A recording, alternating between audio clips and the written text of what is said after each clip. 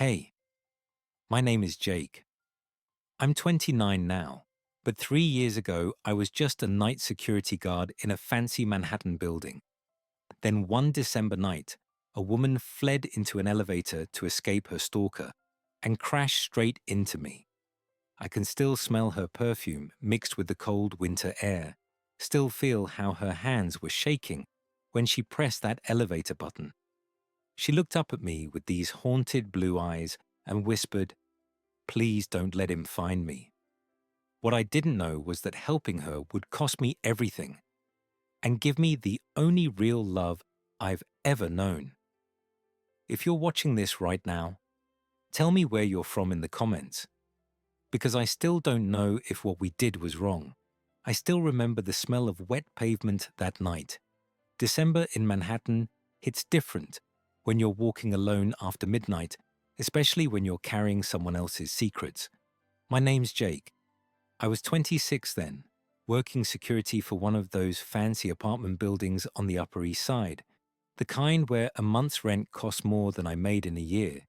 But the night shifts paid well, and I needed every dollar I could get. That's how I met Claire. I'd seen her around the building for months, always perfectly dressed, always alone. She had this way of walking that made you look twice, not because she was trying to get attention, but because she seemed like she was carrying the weight of the world on her shoulders. Claire DeWitt, 44 years old, married to some big-shot businessman who was never home.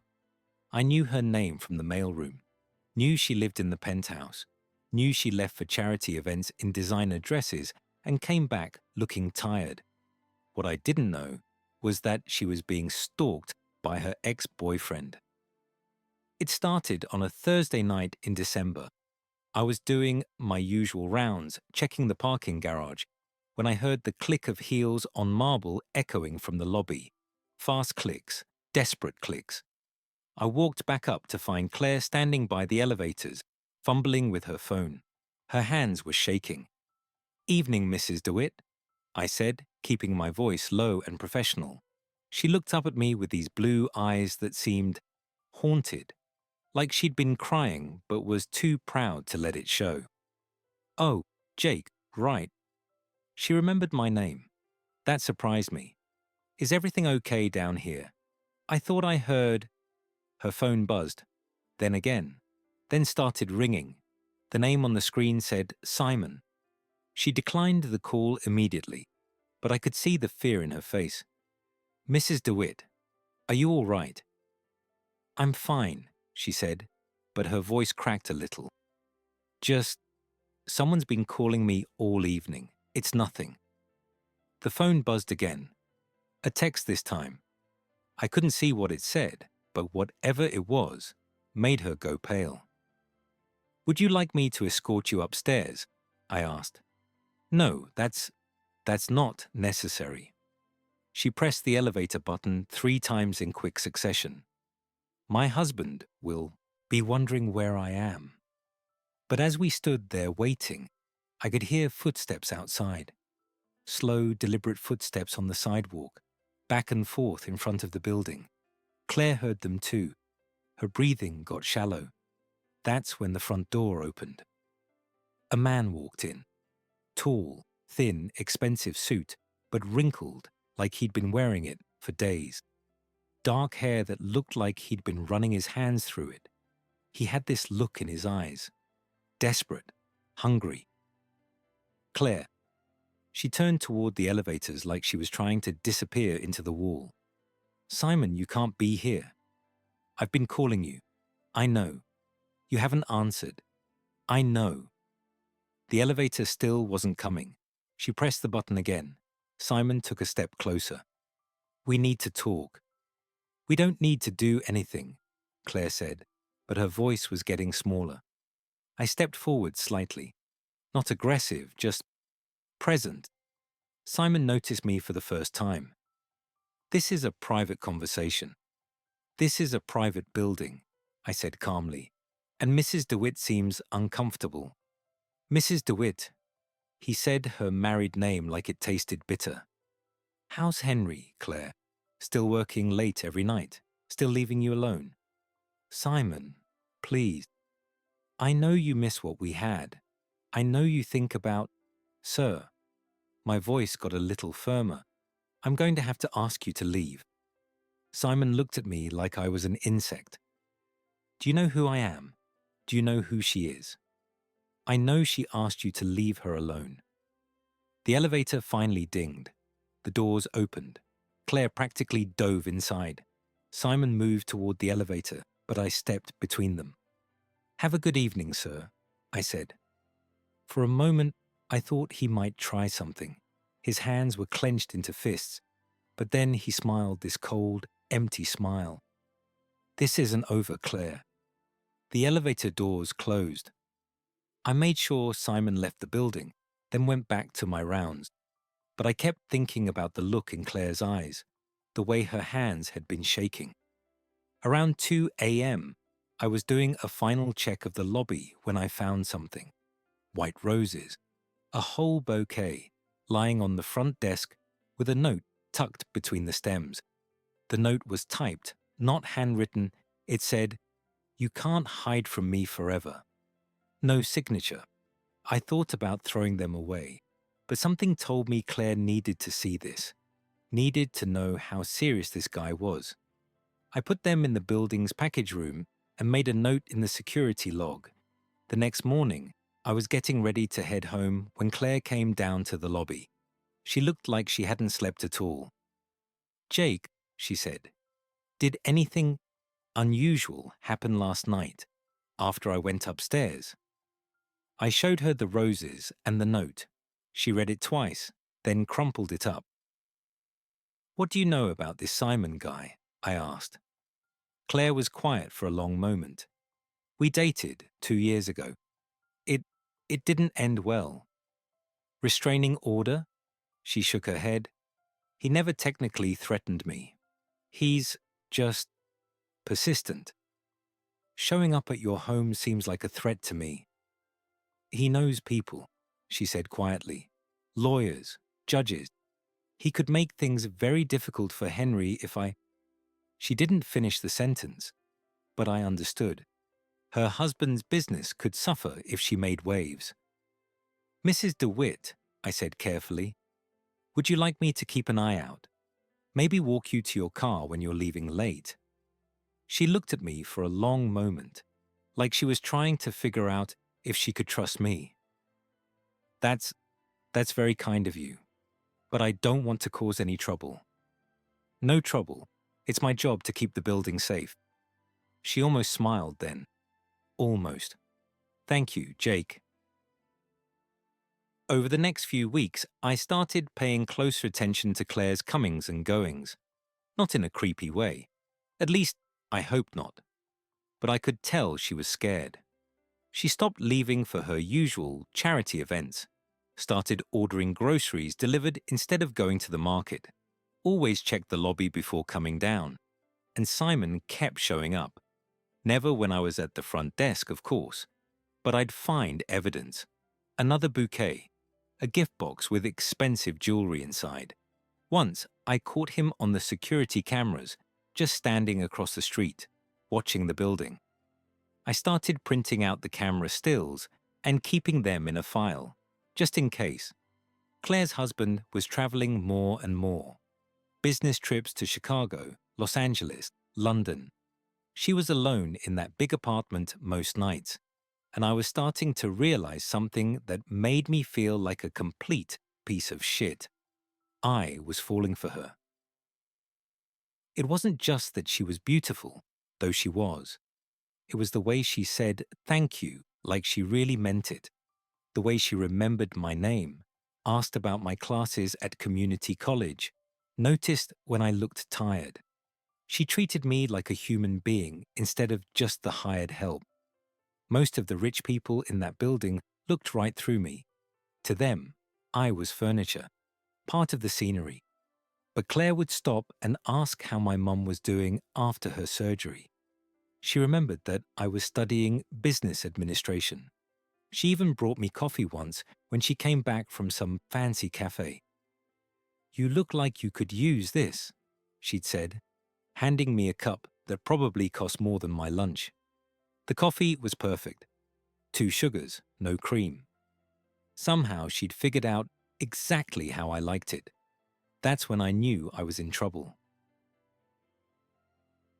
The first time we really talked was on a Friday night in January. Snow was falling outside and the building was quiet. Most of the residents were at their country houses or winter vacations. I was reading a textbook for my accounting class when I heard the elevator open. Claire stepped out, wearing jeans and a sweater instead of her usual elegant dresses. She looked younger, more relaxed. "Working late?" she asked, nodding at my book. "Trying to. This stuff makes my brain hurt." She laughed. A real laugh, not one of those polite society laughs I'd heard her use with neighbors. "May I?" She gestured to the chair across from my desk. I nodded, trying not to seem too eager. "What are you studying?" "Business administration. Boring stuff mostly. But I want to open my own security company someday." "That's not boring at all, that's smart. Building something that's yours." She said it with this wistful tone, like she was talking about something she'd never have. "What did you want to be?" I asked. "I mean, before I became a professional wife." She smiled, but it was sad around the edges. "I wanted to be a teacher, elementary school. I love kids." "You don't have any?" "No. Henry, my husband, he didn't want children, said they would interfere with our lifestyle." The way she said "our lifestyle" made it clear it wasn't really hers. We sat there for a moment, both lost in our own thoughts. "Jake," she said finally, "can I ask you something?" "Sure." "Do you think it's possible for someone to just disappear, start over somewhere else?" The question caught me off guard. "You mean like witness protection?" "No, I mean, if someone wanted to leave their old life behind, completely, just walk away and become someone new." I studied her face. "Mrs. DeWitt, Claire, are you okay?" She was quiet for so long, I thought she wouldn't answer. "Simon knows things about me," she said finally. "Things that could hurt Henry, hurt me. He uses that knowledge to keep me close." "What kind of things?" She shook her head. "It doesn't matter. The point is, sometimes I feel like I'm trapped in a life that isn't really mine." "Everyone feels that way sometimes." "Do they?" She looked at me directly then, and I felt something shift between us, something dangerous. "Do you ever feel trapped, Jake?" The honest answer was yes. Trapped by student loans, by my mum's medical bills, by the fact that I was a security guard having feelings for a married woman who lived in a different world. But what I said was, sometimes. But then I remember that every day is a choice, even when it doesn't feel like it. She smiled at that. A real smile this time. "You're wise for 26. You're beautiful for 44. The words slipped out before I could stop them. Claire's cheeks flushed pink. "Jake, I'm sorry. That was inappropriate." "No," she said softly. "It wasn't. It was honest." We looked at each other for a moment that felt like it lasted forever. Then her phone buzzed. Simon. The spell was broken. After that night, something changed between us. Not obviously. We were still careful, still professional when other people were around. But there were moments. Like when she'd come down to get her mail and our fingers would brush when I handed her the key to her mailbox. Or when I'd catch her watching me through the lobby windows while I did my rounds outside. Or when she started taking the stairs down to the lobby instead of the elevator, just so she could stop and talk. For a few minutes, we never talked about what was happening between us. Maybe because we both knew it was impossible. Maybe because putting it into words would make it too real. But I found myself looking forward to her late-night trips down to the lobby. Found myself timing my rounds, so I'd be at the front desk when she usually came down. and I could tell she was doing the same thing. The night everything changed was in February. There had been a blizzard and half the city was shut down. The building was emptier than usual, and I was the only security guard on duty. Claire came down around midnight, wearing a long coat over what looked like pajamas. "Couldn't sleep," she said. "Storm keeping you awake?" Among other things. She sat down in the chair across from my desk, like she always did. But tonight, she seemed different, more nervous. "Jake, I need to tell you something." My heart started beating faster. "Okay, Henry knows." "Knows what?" "About you, about us talking. He asked me about it yesterday." I felt my stomach drop. "What did you tell him?" "I told him you were doing your job, keeping the building safe. And he believed that." Claire looked down at her hands. "Henry doesn't trust anyone, especially not around me. He's had people watching me before." "What kind of people?" "Private investigators, security firms. He says it's for my protection, but we both knew it was about control." "Claire, if this is putting you in danger, we should stop. We should—" "That's just it," she interrupted. "I don't want to stop." She looked up at me then, and I could see tears in her eyes. "These past few months talking to you, it's the only time I feel like myself. Like Claire, not Mrs. DeWitt." "I feel the same way," I admitted. "I know this is impossible. I know nothing can happen between us. But I need you to know that you've given me something I thought I'd lost forever." "What's that?" "Hope." She stood up then, like she was going to leave. But instead she walked around my desk and stood next to my chair. "Jake." I looked up at her. "Will you do something for me?" "Anything." "Will you hold me? Just for a minute?"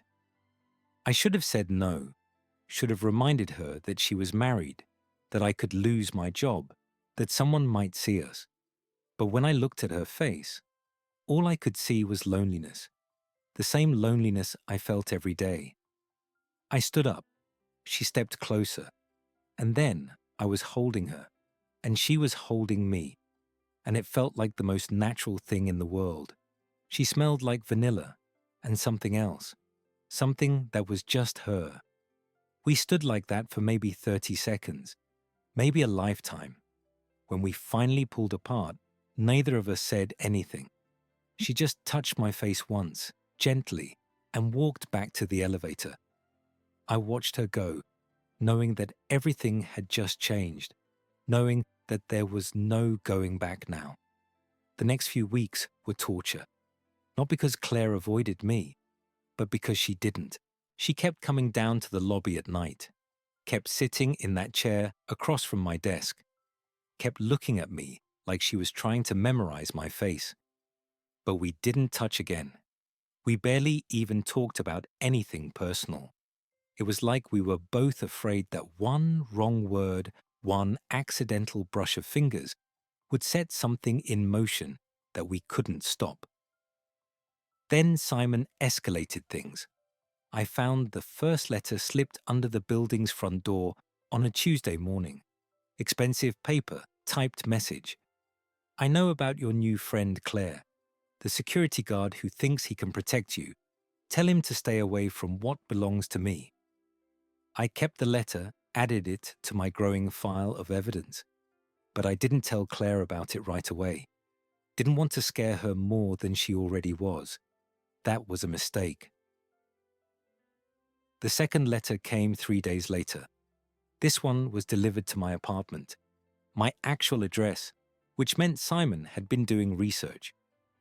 "Jake Martinez, 26 years old, night security at 875 Park Avenue. Mother undergoing cancer treatment at Mount Sinai. Student loans totaling $47,000. Interesting credit history." The message was clear. He could hurt the people I cared about. I showed this one to Claire. She went white when she read it. "Jake, you need to stay away from me. Like hell. I'm serious. Simon doesn't make idle threats. What exactly is he threatening? To ruin my credit. I'm a night security guard, Claire. My credit's already shot. He could get you fired, blacklisted, make sure you never work security again.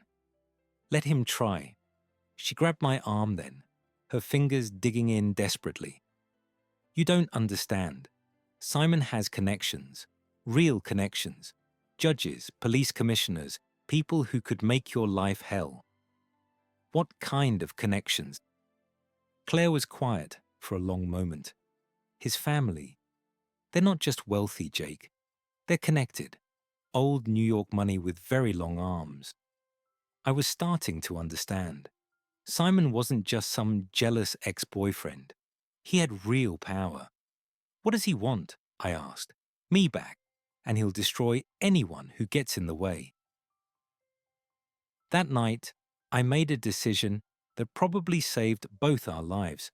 I called in a favor. My cousin Danny worked for a private investigation firm that specialized in background checks for rich people's divorces. Messy stuff, but profitable. I need you to look into someone, I told him. Simon Baird, Upper East Side, family money, probably some kind of legal or political connections. This for a case. It's personal. Danny was quiet for a minute. Jake, personal investigations cost money we don't have. I'll pay you back. I just need to know what I'm dealing with. 2 days later, Danny called me back. Jesus Christ, Jake. What did you get yourself into? That bad. Simon Baird, 38 years old.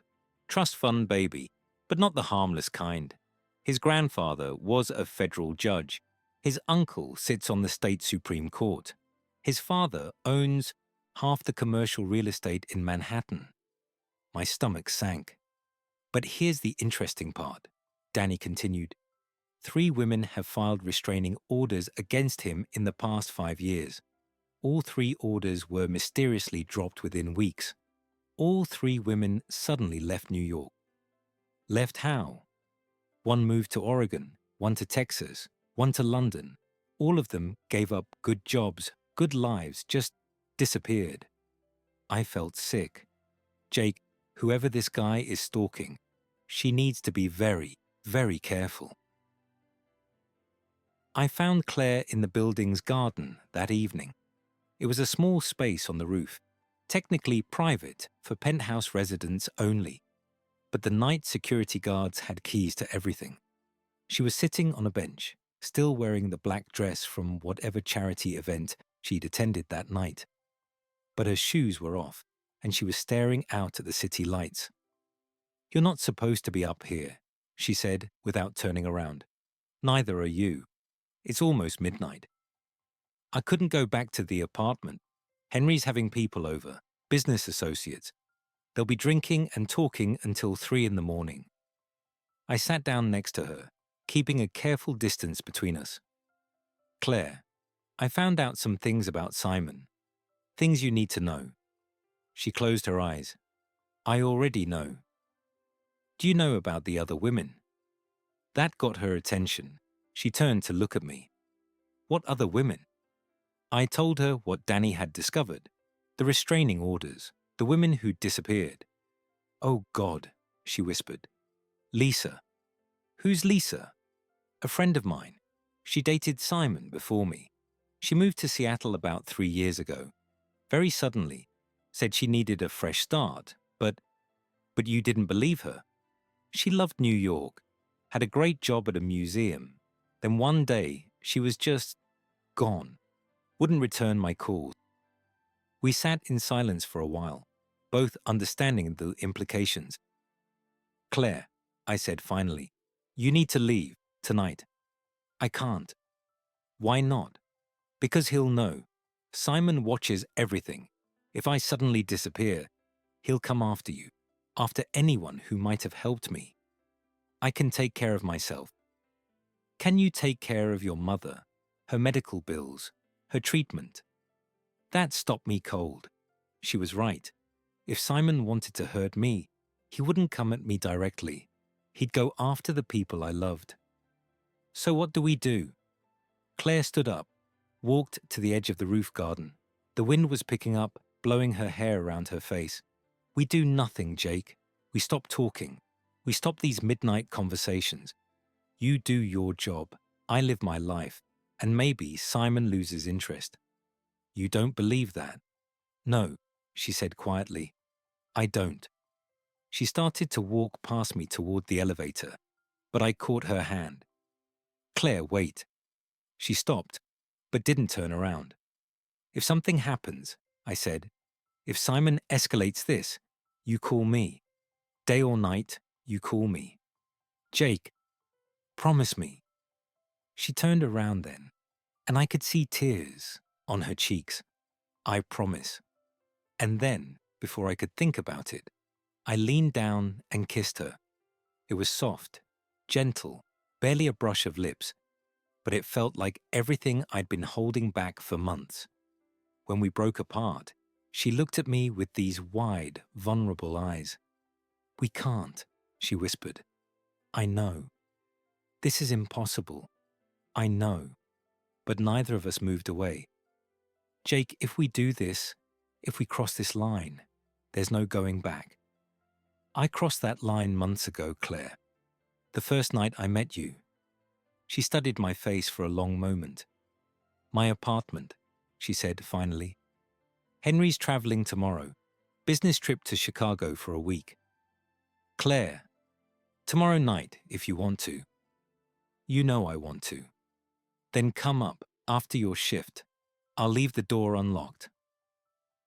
She left me standing there on the roof, my heart pounding so hard I thought it might explode. I knew it was wrong, knew she was married, knew I could lose my job, knew Simon was watching and waiting for exactly this kind of mistake.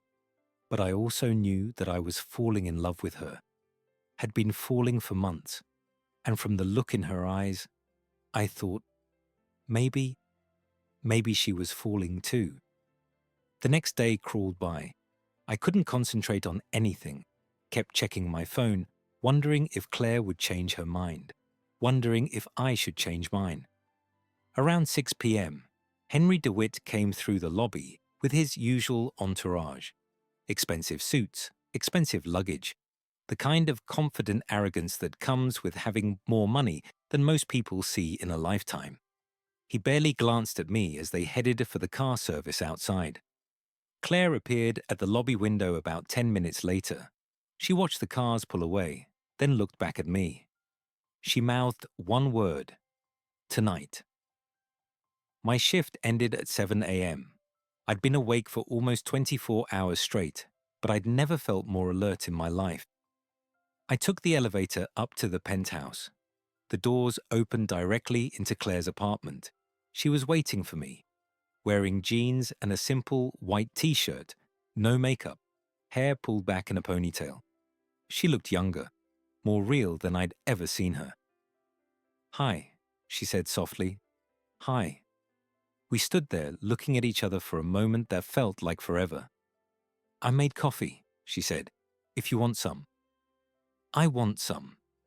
Her apartment was exactly what I'd expected. Expensive everything but cold, like a museum where people happen to sleep. She led me to the kitchen, which was bigger than my entire apartment. Jake, she said as she poured the coffee, we should talk about this, about what we're doing. What are we doing? She handed me a cup. Her fingers brushed mine, and I felt that familiar electric jolt. I don't know, she admitted. I've never done anything like this before. Cheated? Any of it. The whole marriage thing was, arranged isn't the right word, but it wasn't love. Then why did you marry him? Claire was quiet for a long moment. My parents died when I was 22. Car accident. I was alone, broke, drowning in debt. Henry was a friend of my father's. He offered stability, security.